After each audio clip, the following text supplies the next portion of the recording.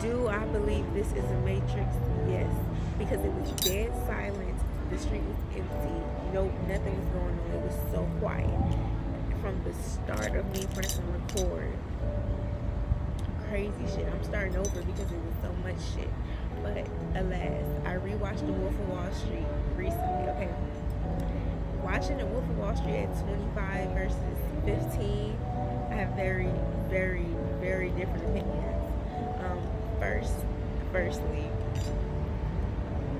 I watched The Wolf of Wall Street in school so many times. Like, that was the movie for movie day so many times. And yes, I'm sure they sped up on some of the sex scenes and the drug scenes. But if I'm being honest with you, I don't think they did. I really don't. But Did he?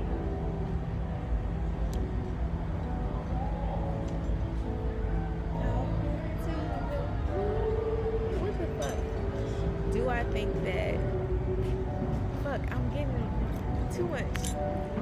They played that shit in high school multiple times. Inappropriate. It's just an overall inappropriate movie. But if that's not propaganda,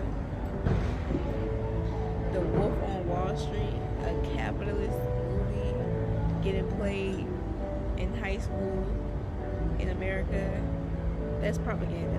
Let me start with how I felt when I was 15 and I watched The Wolf of Wall Street. Was one of my favorite fucking movies. I watched The Wolf of Wall Street on my own. So, whatever, I'm just saying, do I think it should have been played in school? Absolutely not. So, 15, 16, one of my favorite movies. Literally loved The Wolf of Wall Street. Loved it down. Like, I didn't necessarily want to go into like the stock market, even though I did dabble in it a little bit in my early 20s. But I just like the hustle of The Wolf of Wall Street. Like, I like the life. I like the man, that shit. I just like the hustle of The Wolf of Wall Street. But it was actually one of my favorite movies around that time, which is very ironic to how I feel about it now. I like the money, I like the hustle, I like the I mean, I like I mean, I feel like anybody who likes the movie likes that. Like, you like the life, the fast life is portraying. So yeah, I liked it because of that. I actually learned no lesson. Like, when I was a kid, I was like, damn, he got off kind of easy. Like, all that shit at the end of the movie, and I was like 16, I was like, shit, I mean, that ain't that bad, low key. Like, that's what I thought. And rewatching it now, I have a very different opinion. I watched it over the course of several days because the movie's too damn long. And the ending isn't long enough. Like, the whole movie is long as shit, and then the ending is like 20 minutes. Like, no. I think that they should have went more in depth for the ending. Like, I felt like the ending didn't really reflect as big and as grand as it was. I feel like the ending didn't reflect the devastation of it all. You know what I'm saying?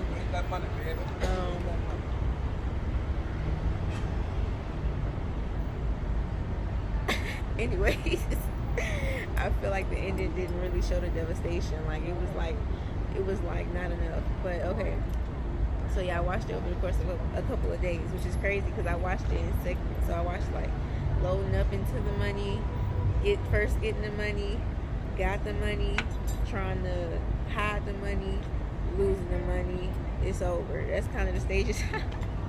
That's kind of the stages I watched it in. And initially, I was like, the first half, getting the money, I'm like, okay, cool. You know, he got that dog in him. You see the dog, it's visible, like, he ready to whatever. So, cool. I don't have much to say about that part.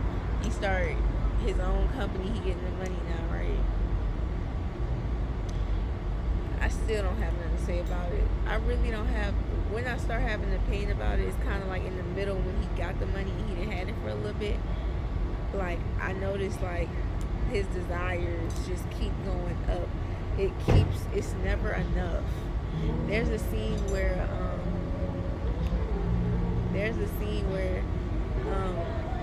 the main character is getting like a candle shoved in his ass or something like that by a dominatrix, and this is after he marries like a Victoria's supermodel or something. And I was like, okay, oh my goodness, this is after he marries like a Victoria's Secret model, and in the next after their honeymoon, he's getting a candle shoved in his ass by a dominatrix, and he's like screaming the dominatrix name.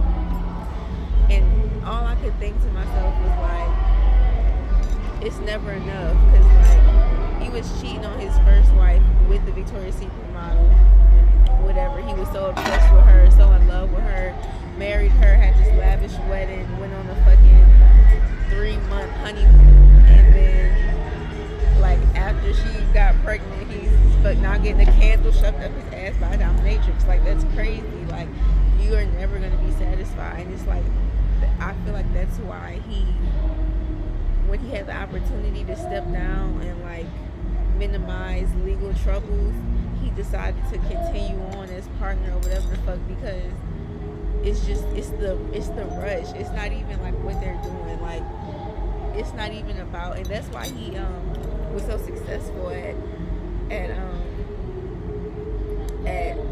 trading and all that, and making his own business, because it was never about the trades. It was about, or the stock market. It was about the adrenaline rush. And then once he got the money, he got afforded the luxury of being able to have other adrenaline rushes like drugs and sex. And you just keep going, and more money and more drugs and more sex until you like crash. Because, and I learned this a while ago, but it's still true. Like, getting high is not a bad thing. The problem is never wanting to come down. Like, get high, do what you do, have a drink, have a whatever, smoke a blunt, whatever. But at some point in the high, you got to come down. And it's like, when people start crashing is when they're trying to avoid coming down. Like, you're trying to avoid the reality of like coming down, or how you gonna feel when you come down, whatever the fuck. But the same goes for like careers and passions and shit. Because in the movie, like, it wasn't about anything. It was just about this adrenaline rush and running from himself, which is like so crazy. Because him sober and him high was two completely different people. Like, he was so meek and like dull when he was sober, versus like in the first half of the movie, he was so fun and confident and bold and brave. And it's like, the drugs didn't make him bold and brave or whatever. It was just the adrenaline rush, or it was just the dog, you know. We think other shit is what makes us like confident, you know, but genuinely it's just who you are. And if you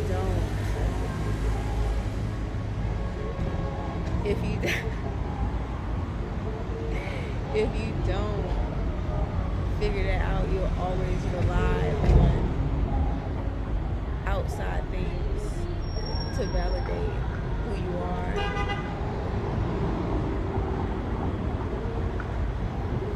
But that movie is actually like so crazy. Something else I thought was really interesting about the movie is like, after the FBI agent finally like takes him down, right?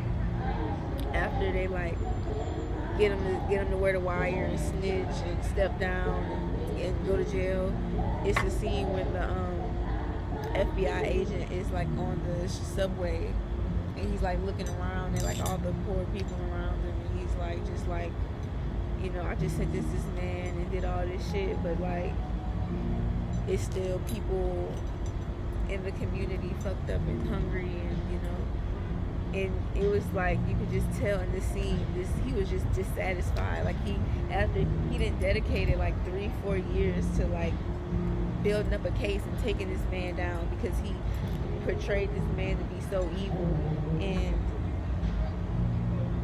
she's a beautiful woman, oh my goodness. I got it. But after you just spent the last 4 years of making this man the enemy, you finally take him down, and there's still poverty and crime and corruption on the street that had nothing to do with him. And it's kind of like, I don't know, I realized like they were the same person. And that's what I'm realizing too. Like, you're gonna meet your match. Like, if you think that somebody is not your match, they are. I know that ain't George Clinton. They playing my song. But you're always gonna meet your match. If you think somebody is not your match, they're absolutely your match. Like, you're gonna meet your match. So just as cold as the main character was in making all them millions and flipping it and drug money and stashing and doing this and doing that, the FBI agent was just as cold and like building a case on your bitch ass. Like, he's not playing right now.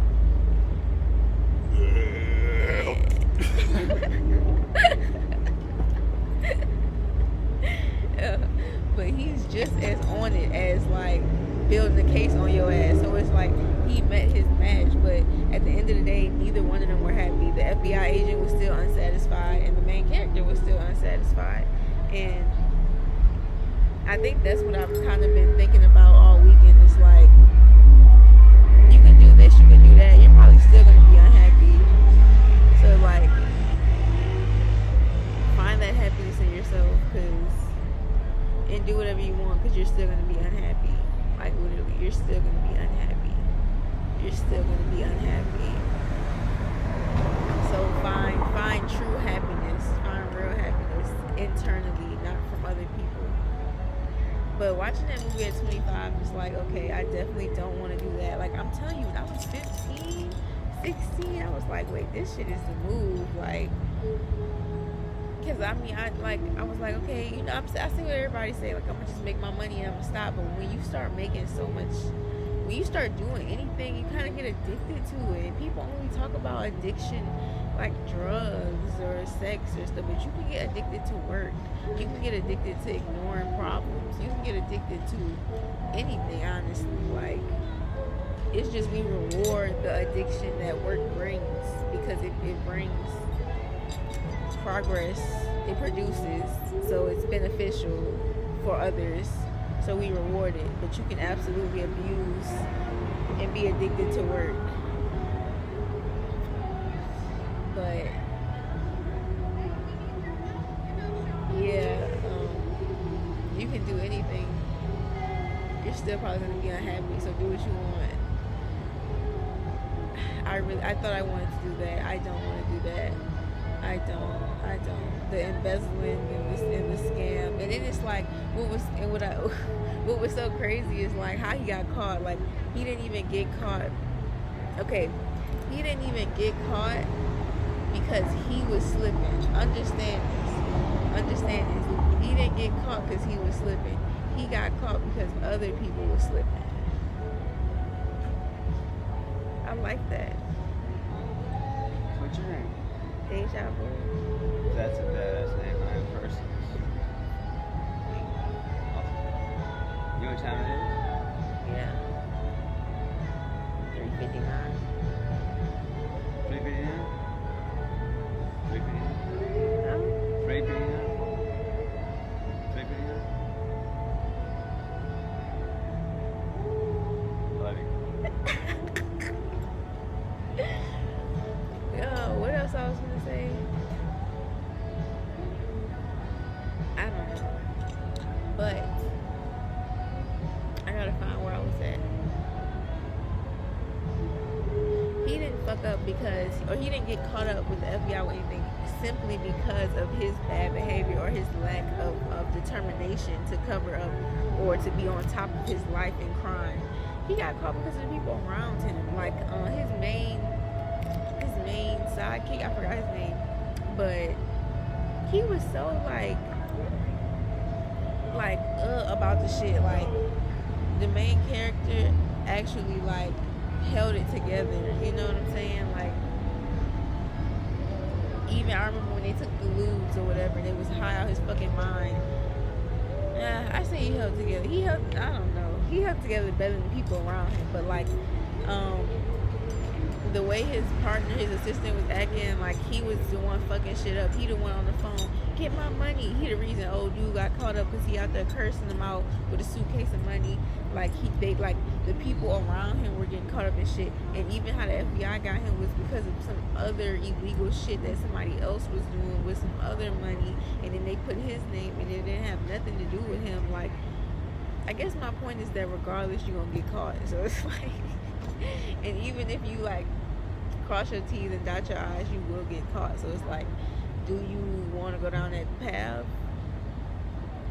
I don't know. Me personally, I'm cool on it. You know, it's not worth it because what you make in money, you pay for in mental space and peace.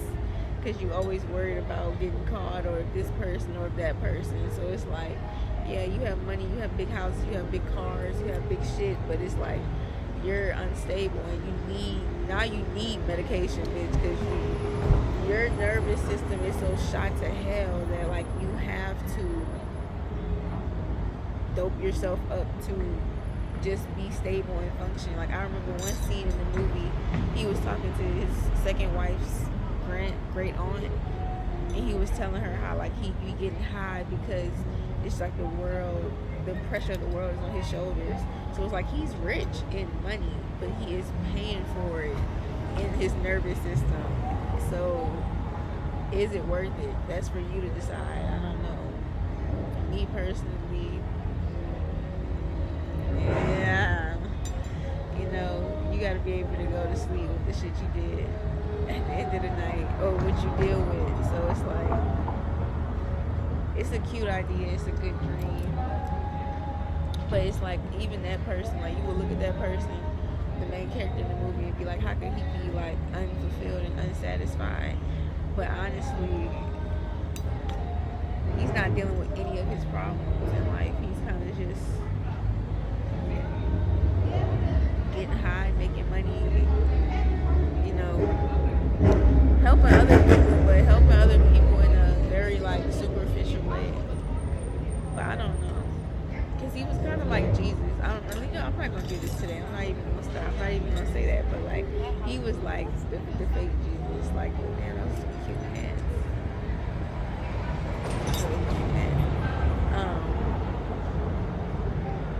He was like the devil, kind of. He was kind of like the devil because he was promoting sex.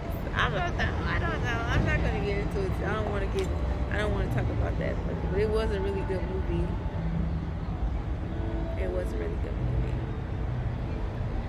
A good watch. But yeah, at 25,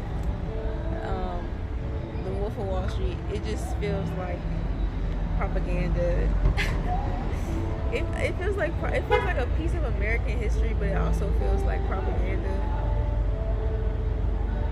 Because when I was 15, it made me want to do it, and it made me want to make money that way. But also like realizing all of American money is built on fraud, scams, and lies. It's like, why play fair? You know, why play by the rules if the systems and governments ain't playing by the rules? You know, it's also that. So it's like, I don't know, but ain't no all money dirty, most money dirty, most money, like money, most money is dirty. Money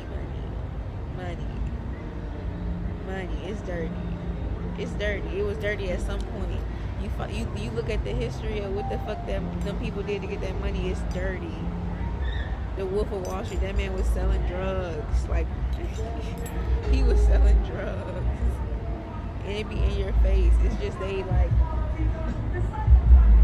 just wash it different. That's it. Like, I'm not gonna get into all that. We all know what everybody do. If you don't know, well, if you do, whoop-de-doo, I don't know. But like, all the shit is illegal as I see it. Like, everything's fucking illegal.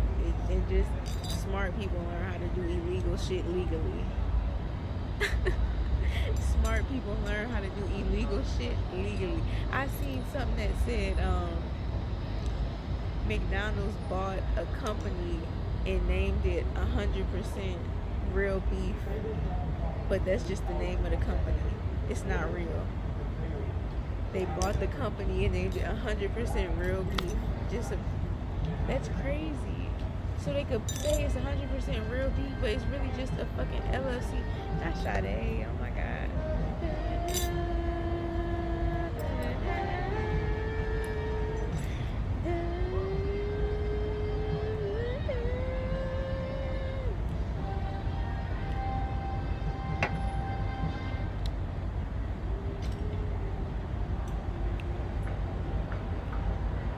Who that is? Okay. But yeah, all this shit is illegal. The Wolf of Wall Street, he was doing shit illegally and like he got caught. He did 3 years or whatever the fuck. I don't know. Did the crimes match the punishment? Did the punishment match the crime? I don't know. But even as he was getting sentenced and going through all that, I was sitting there like, he got the money to somewhat fight it.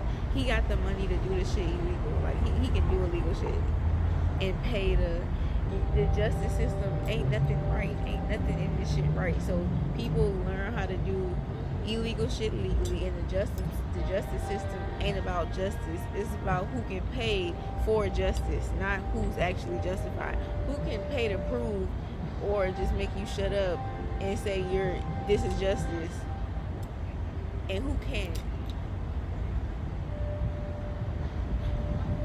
It's not about real justice. It's not about real law protection. It's not about real legalities. Everything is pay to play. Everything. In this world, everything got a price on it. Shit that shouldn't. I was thinking about that shit the other day. Shit that shouldn't got a shit that I can't even say it. Shit that shouldn't have a price tag got a price tag on it in this world. So move accordingly.